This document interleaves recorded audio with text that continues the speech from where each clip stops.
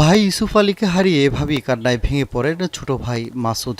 কথা ছিল শীঘ্রই বিয়ের পিঁড়িতে বসবেন বড় ভাই, তবে দুর্বৃত্তের গুলিতে তার এমন চলে যাওয়া কোনোভাবেই মানতে পারছেন না পরিবারের সদস্যরা। কারা কে ভাই মারছে আমি নাম বলতে পারতেছি না। এই সব লোক এখনো কেন প্রকাশ্যে এরকম গুলিবিদ্ধ করে? এখানে প্রকাশ্য 3 জন মানুষের গুলি করছে, আর হয়তো আরও হইতে পারে। অনেকের মানুষের প্রতিনিধিত্বই মানুষ মারা যেতেছে। এটা আমি সুষ্ঠু বিচার চাই আর কি।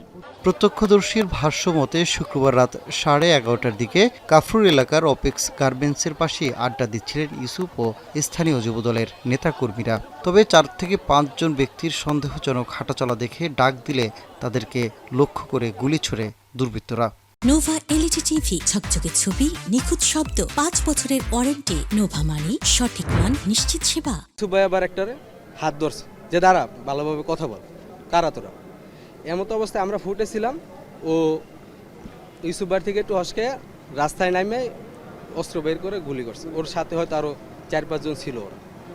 এর মধ্যে গুলি লাগায় ইউসুফ আলীকে গুরুতর অবস্থায় ঢাকা মেডিকেল কলেজ হাসপাতালে নেওয়া হলে চিকিৎসক তাকে মৃত ঘোষণা করেন। এই ঘটনায় ফুটপাতে কাপড় ব্যবসায়ী মনির হোসেন ও সবজি ব্যবসায়ী নালাম সর্দার নামে আরও 2 জন গুলিবিদ্ধ হন। টুলে বসা ছিল, তখন দেখে অনেক ক্যানজাম চলতেছে সাইডে। তখন আব্বু করছে কি বইসে কাঁচামাল বিক্রি করতেছে, আর একজন দেখতেছে নিতে আছে। তখন ওই মাল দিতে আছে, তখনই এখানে বাম সাইডে আর কি গুলিটা লাগে।